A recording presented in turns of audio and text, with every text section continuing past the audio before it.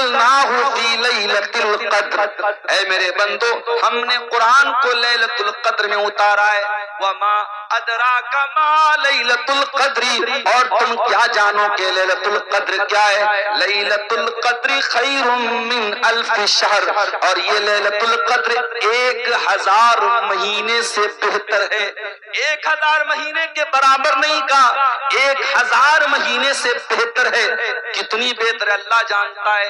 1000 مہینے میں آپ اگر غور کریں کتنے سال ہوتے ہیں، کیلکولیٹر پہ اگر آپ کیلکولیٹ کریں گے 1000 کو 12 سے اگر آپ بھاگ دیں گے تو لگ بھگ 84 ساڑھے 84 آتا ہے۔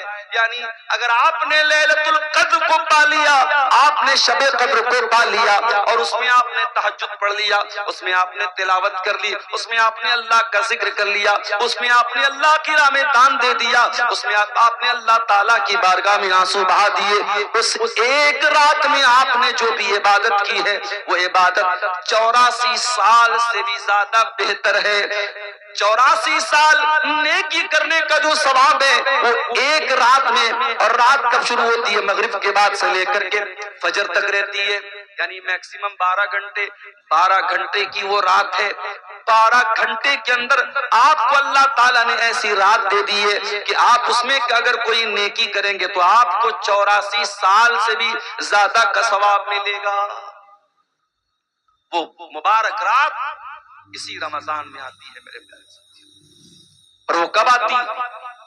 وہ اس رمضان کے آخری عشرے میں آتی۔ اسی لیے اللہ کے پیارے نبی فرماتے ہیں تحروا لیلۃ القدر فی العشر الاواخر من رمضان، او لوگو تم رمضان کے آخری عشرے میں لیلۃ القدر کو تلاش کیا۔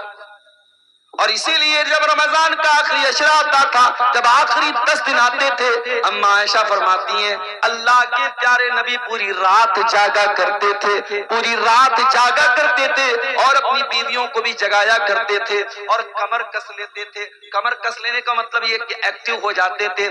آخری عشرے میں اللہ کے نبی عبادت کے معاملے میں کوئی نرمی نہیں برتتے۔ ہمارے الٹا معاملہ ہے۔ ہمارے آخری عشرے میں لوگ مارکیٹ میں زیادہ نظر آتے ہیں، بازار زیادہ جاتے ہیں، کوئی درزی کے ہاں دوڑ رہا ہے، کوئی چپل والے کے ہاں دوڑ رہا ہے، عورتیں اپنا کپڑا لینے کے لیے دوڑ رہی ہیں۔ آخری عشرہ ہمارے ہاں عید کی شاپنگ کے لیے مانا جاتا ہے۔ میرے پیارے ساتھیو، آخری عشرہ جس میں ایک رات کوئی لیلۃ القدر کی رات ہے، اس رات میں اللہ کے نبی رات بھر جاگا کرتے تھے۔ میرے بھائیو، وہ رمضان کا مہینہ انشاءاللہ کل سے شروع ہونے والا ہے۔ وہ رمضان ایک بہت بڑے مہمان کی شکل میں ہمارے پاس آنے والا ہے۔ ذرا دل پہ ہاتھ رکھ کے بتاؤ کہ اس مہمان کے لیے آپ کے دل میں کیا ایکسائٹمنٹ ہے؟ اگر آپ کو یہ لگتا ہے رمضان آئے گا، اچھے اچھے پکوان ہمارے گھر میں بنیں گے، ہم سحری میں یہ بنائیں گے، ہم افطار میں یہ بنائیں گے، آپ کے ذہن میں اگر رمضان کے نام پہ صرف کھانا پینا ہی آ رہا ہے تو آپ نے رمضان کا مقصد نہیں سمجھا، آپ نے رمضان کا مطلب نہیں سمجھا۔ جب رمضان کا مہینہ آتا تھا اللہ کے نبی خوش ہو جایا کرتے تھے اور اپنے صحابہ کو خوشخبری دیا کرتے تھے۔ آپ فرماتے تھے اتاکم رمضان، اے میرے صحابہ رمضان کا مہینہ آ چکا ہے، شہر مبارک برکت کا مہینہ آ چکا ہے، اے میرے صحابہ وہ مہینہ آ چکا ہے جس مہینے میں آسمان کے دروازے کھول دیے جاتے ہیں، جس مہینے میں جہنم کے دروازے بند کر دیے جاتے ہیں، جس مہینے میں شیاطین کو قید کر دیا جاتا ہے۔ اسی رمضان میں جیسے ہی چاند نظر آئے گا حکم دیا گیا چاند کو دیکھا کرو، چاند کو اپنے بچوں کے ساتھ پریوار کے ساتھ دیکھنے کی کوشش کرو۔ موسم صاف ہے، چاند انشاءاللہ نظر آئے گا۔ جب رمضان کا چاند تمہیں آسمان پہ نظر آ جائے تو یہ دعا پڑھ لینا جو اللہ کے پیارے نبی پڑھا کرتے تھے، اللہم اہلہ علینا بالامن والایمان والسلامت والاسلام ربی وربک اللہ۔ کیا دعا ہے؟ چاند دیکھ کر کے کیا دعا پڑھ رہے ہیں؟ اے اللہ تو اس چاند کو امن کے ساتھ ہم پر طلوع فرما دے، ایمان کے ساتھ طلوع فرما دے، سلامتی کے ساتھ تو اس چاند کو طلوع فرما دے، اسلام کے ساتھ اس چاند کو تو طلوع فرما دے، ربی و ربک اللہ، اور اے چاند میرا اور تیرا رب اللہ ہے۔ کبھی آپ نے غور کیا ہمارے غیر مسلم بھائی بھی تو چاند دیکھ کے کروا چوتھ مناتے ہیں، ہمارے غیر مسلم بھائیوں کی بھی چاند کی بڑی اہمیت ہے، مگر وہ چندرما کو دیوتا مانتے ہیں، وہ چندرما کی پوجا کرتے ہیں، وہ چندرما کی عبادت کرتے ہیں۔ مگر میرے پیارے ساتھیوں، اسلام ایک ایشورواد والا مذہب ہے، اسلام توحید والا مذہب ہے۔ ہم چاند کو دیکھ کر کے بھی اعلان کرتے ہیں ربی و ربک اللہ، اے چاند ہم تیری اپاسنا نہیں کرتے، اے چاند ہم تجھے رب نہیں مانتے، اے چاند ہم تجھے اپنا پوجیہ نہیں مانتے، ہم تجھے اللہ تعالیٰ کا ایک کریشن مانتے ہیں، اللہ تعالیٰ کی ایک مخلوق مانتے ہیں، اور ہم چاند دیکھ کر کے بھی اعلان کرتے ہیں ربی و ربک اللہ، اے چاند میرا بھی رب اللہ اور تیرا بھی رب اللہ۔ اسلام توحید والا دین ہے میرے پیارے، اسلام میں شرک برداشت کے قابل نہیں ہے میرے ساتھی۔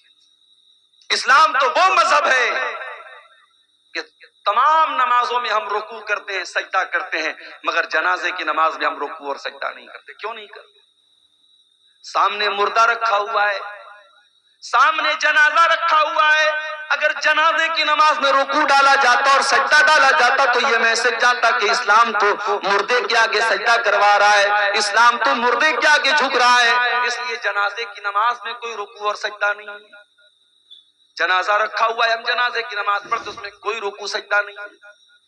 اور اسی لیے اللہ کے رسول نے کسی قبر کے اوپر نماز پڑھنے سے منع کیا ہے، نہ تو قبر کے اوپر مسجد بنائی جا سکتی ہے، نہ مسجد میں قبر بنائی جا سکتی ہے، قبر کے اوپر بھی نماز نہیں، اور مسجد کے اندر بھی قبر کو آپ نے رکھنے سے منع کیا ہے۔ آج افسوس کی بات، اسی اسلام کو ماننے والے آج توحید کو نہیں سمجھتے، کوئی کسی کے آگے سر جھکا رہا ہے، کوئی کسی کے آگے سر جھکا رہا ہے۔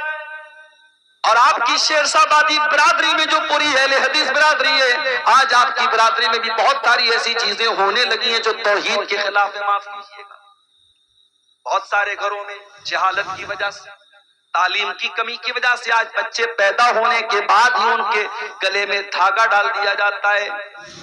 آپ کے شیرشاہ آبادیوں میں بھی یہ چیز دیکھی جا رہی ہے کہ بچوں کے گلے میں دھاگا اور تعویذ ڈالا جا رہا ہے، بچہ بیمار ہو جائے تو شرکیہ جھاڑ پھونک کرنے والے جھوٹے مکار لوگوں کو بلا کے ان سے جھاڑ پھونک کروایا بھی جا رہا ہے۔ اگر کوا بولنے لگے تو کوے کے بولنے پر یہ کہا جاتا ہے کہ کوا بول رہا ہے، اس کا مطلب کوئی منحوس خبر آنے والی ہے۔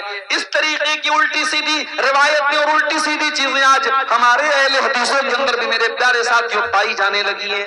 یاد رکھیے، ہم توحید والے ہیں، ہم مر جائیں کٹ جائیں توحید سے سمجھوتا کرنے والے نہیں ہیں، یہی ہماری پہچان ہے۔ اللہ کے نبی نے فرمایا لا تشرک باللہ وان قتلت وحرقت، اگر تمہیں قتل کر دیا جائے یا جلا دیا جائے تب بھی تم اللہ کے ساتھ شرک مت کرنا۔ توحید کی حفاظت کرو میرے پیارے۔ ہم چاند دیکھ کر کے بھی توحید کا درس دیتے ہیں، ربی و ربک اللہ، اے چاند میرا بھی رب اللہ ہے، تیرا بھی رب اللہ ہے۔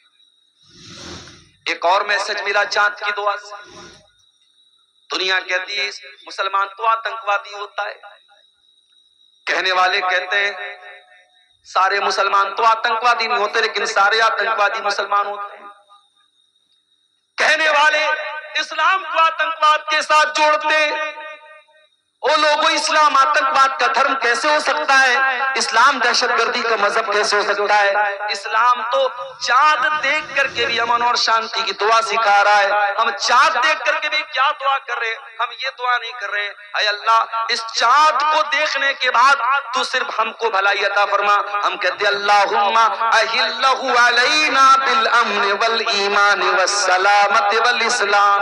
اے اللہ یہ چاند جو رمضان کا نظر آنے والا ہے، اے اللہ سارے وشو کے لیے، ساری دنیا کے لیے امن اور شانتی کا چاند بنا دے۔ اے اللہ اس مہینے کو تو شانتی والا بنا دے، اس میں کسی کا خون نہ بہے، اس میں کسی کی جان نہ جائے، اس میں کسی کا مال نہ لوٹے۔ اے اللہ اس کو امن اور شانتی کا اور پیس کا، اور اے اللہ دنیا کے لیے سلامتی کا مہینہ بنا دے۔ جو مسلمان چاند دیکھ کر کے بھی امن اور شانتی کی دعائیں کرتا ہے، وہ میڈیا والوں تمہیں شرم نہیں آتی؟ اس اسلام کو تم آتنکواد کے ساتھ جوڑتے ہو، اس مسلمان کو تم آتنکواد کے ساتھ جوڑتے ہو۔ ہاں اگر کوئی اپنے آپ کو مسلمان کہنے والا غلط کام کرے تو اس کے لیے اسلام کیسے ذمہ دار ہو سکتا ہے؟ آج دوسرے مذہب کے ماننے والے، آج امریکہ میں جو جیفری ایپسٹین کی فائل سامنے آ رہی ہے، وہ کوئی مسلمان تو نہیں تھا، وہ تو یہودی تھا، لیکن اتنا گندا آدمی تھا، 6 سال کی بچیوں کے ساتھ ریپ کیا کرتا تھا، چھوٹی چھوٹی بچیوں کے ساتھ وہ درندگی کیا کرتا تھا، انہیں نوچا کرتا تھا، ان کو تڑپایا کرتا تھا، یہاں تک کہ چھوٹی چھوٹی بچیوں کو مشین میں ڈال کے قتل کر کے ان کی بوٹی بنا بنا کے کھایا کرتا تھا، وہ تو یہودی تھا۔ تو کیا ہم یہ بولیں گے کہ اس کے اس عمل کی وجہ سے پوری یہودی قوم غلط مانی جائے گی؟ نہیں میرے پیارے ساتھیوں، کچھ لوگوں کے غلط کاموں کی وجہ سے پورا مذہب بدنام نہیں کیا جا سکتا، پورے دین کو بلیم نہیں کیا جا سکتا۔ اسلام کل بھی امن اور شانتی کا پرتیک تھا اور آج بھی امن اور شانتی کا پرتیک ہے، اور قیامت کی صبح تک امن اور شانتی کا پرتیک رہے گا۔ ہم تو چاند دیکھ کر کے بھی امن اور شانتی، چاند دیکھنے کے بعد دوسرا کام ہم کیا کرتے ہیں؟ عشاء کی نماز پڑھنے کے بعد تراویح کی نماز پڑھتے ہیں۔ جیسے ہی رمضان شروع ہوتا ہے یہ بحث بھی چھڑ جاتی ہے، تراویح 8 رکعت پڑھی جائے کہ 20 رکعت پڑھی جائے، کوئی 8 کو صحیح کہتا ہے، کوئی 20 کو صحیح کہتا ہے، لیکن ایک بات سے کوئی انکار نہیں کر پائے گا کہ اللہ کے نبی نے جو 3 دن تراویح پڑھائی تھی وہ 8 ہی رکعت آپ نے پڑھائی تھی۔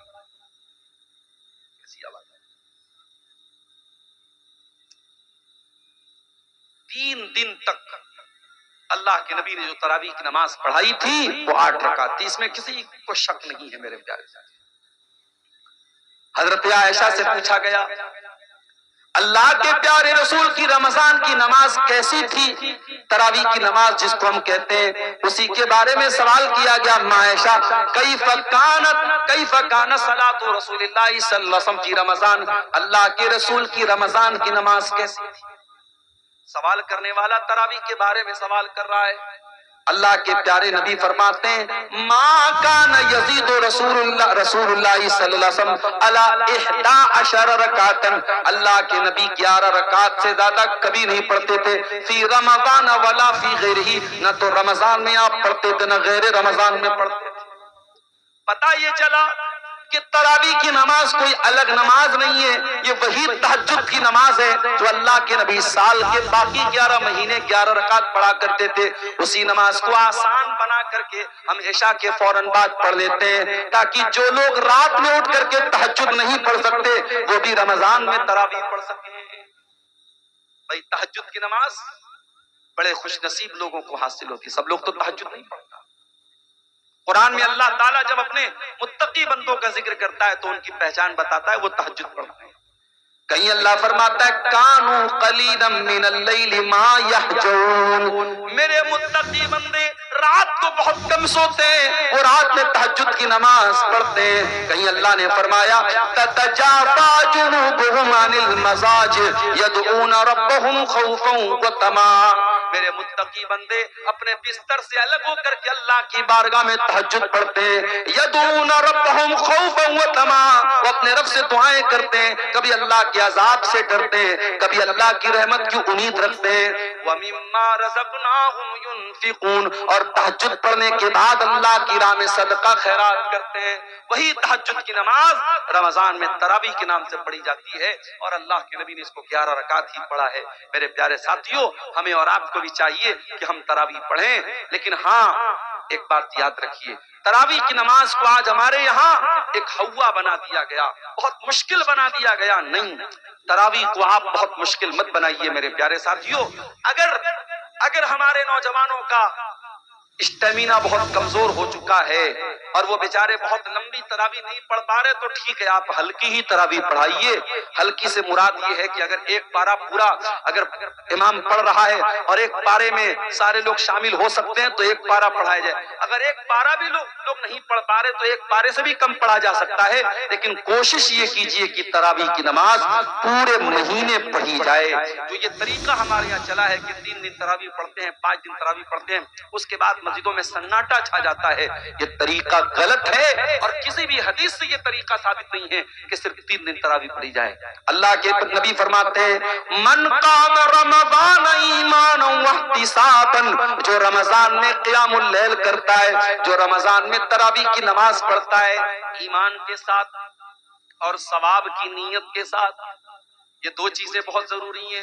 تراویح کی نماز کا مقصد دکھاوا نہیں ہونا چاہیے، تراویح کی نماز کا مقصد یہ بتانا نہیں ہونا چاہیے کہ میں بہت بڑا نیک انسان ہوں۔ تراویح کا 2 مقصد ہونا چاہیے، ایمان و احتسابا، ایمان کے ساتھ اور ثواب کی نیت کے ساتھ جو تراویح کی نماز پڑھے گا، اللہ کے نبی فرماتے ہیں غفر لہ ما تقدم من ذنبہ، اس کے پچھلے تمام کے تمام گناہ معاف ہو جائیں گے۔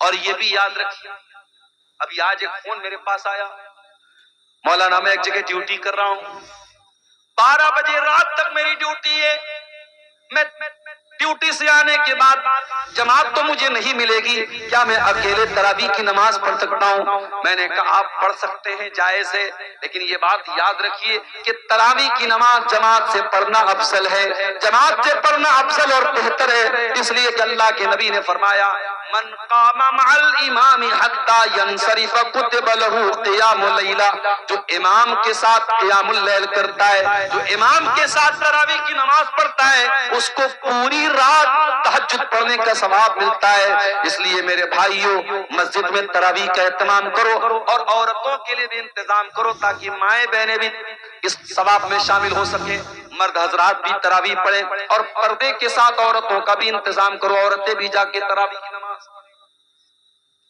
اور آگے بڑھیے، تراویح آپ نے پڑھ لی، رات میں سو گیا، صبح 4 بج گئے، آپ کی بیوی نے آپ کو اٹھایا، اٹھیے، آپ نے کہا 4 بج رہا ہے تو مجھے کیوں اٹھا رہی ہے؟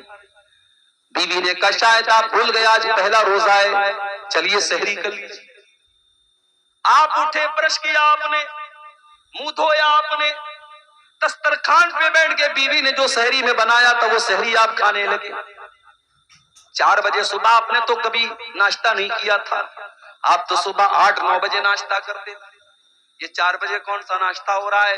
اس کو سحری بولتے ہیں، اور یہ سحری بڑی برکت والا کھانا ہے۔ اللہ کے نبی فرماتے ہیں تسحروا فإن فی السحور برکہ، سحری کھایا کرو، سحری میں برکت ہے۔ سحری کے بغیر بھی آپ روزہ رکھیں گے ہو جائے گا، مگر سحری کھا کے روزہ رکھیں گے تو بدن میں طاقت رہے گی۔ اسی لیے بہت ساری جگہوں پہ سحری میں طاقت کی چیزیں کھائیں۔ ہمارے بنارس میں وہ میوہ وغیرہ ڈال کر کے اس میں مکھانا بھی ہوتا ہے اور بادام بھی ہوتا ہے، کاجو بھی ہوتا ہے، وہ سب ڈال کے ایک آئٹم بناتے ہیں، اس کو ہریرا بولتے ہیں، کئی ہریرا بولتے ہیں کئی تری بولتے ہیں، پتہ نہیں آپ کے سیمانچل میں بھی کچھ ایسا بنتا ہوگا۔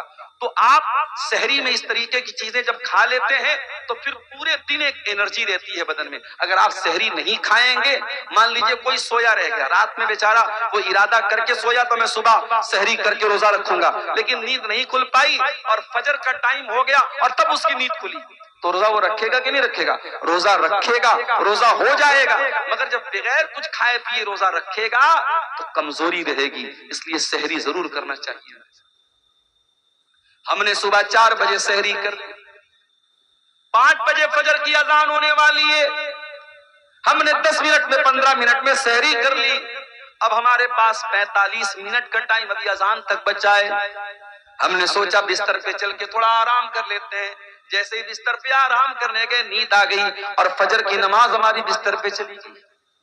یہ طریقہ غلط ہے میرے بھائی، بالکل غلط ہے یہ طریقہ۔ آپ 14 گھنٹے بھوکے رہتے ہیں، آپ روزہ رکھتے ہیں، لیکن اگر آپ نماز کی پابندی نہیں کرتے ہیں تو معاف کیجئے گا، روزہ امپورٹنٹ ہے، روزہ اہم ہے، لیکن روزے سے بھی زیادہ امپورٹنٹ نماز ہے۔ اسلام کے 5 ارکان میں کلمہ پڑھنے کے بعد دوسرے نمبر پہ نماز ہے اور تیسرے نمبر پہ زکوٰۃ ہے اور چوتھے نمبر پہ روزہ ہے۔ آپ چوتھے نمبر کی چیز کے لیے تو 14 گھنٹے محنت کرتے ہیں، لیکن دوسرے نمبر کی چیز کو آپ گول کر دیتے ہیں، نماز ہی کو غائب کر دیتے ہیں۔ یاد رکھیے میرے پیارے ساتھیوں، اسلام میں رمضان کے روزے کے پہلے 5 وقتہ نماز ہے، اس لیے نماز چھوڑ کر کے آپ روزہ مت رکھیے۔ اگر آپ فجر کی نماز جانے کا ڈر ہے تو آپ سحری تھوڑا لیٹ کھائیے۔ اللہ کے نبی کی سنت بھی تھی کہ آپ سحری بہت لیٹ کھاتے تھے، یعنی فجر کی اذان سے ٹھیک 10-15 منٹ پہلے آپ سحری کھا لیجئے، اور جب 10 منٹ بچا ہے آپ وضو بنا کر کے بیٹھ کر کے دعا کیجئے، اللہ تعالیٰ سے ذکر کیجئے اللہ تعالیٰ کا، اور فجر کی نماز پڑھنے کے بعد ہی آپ سوئیے تاکہ آپ کی نماز نہ چھوٹنے پائے۔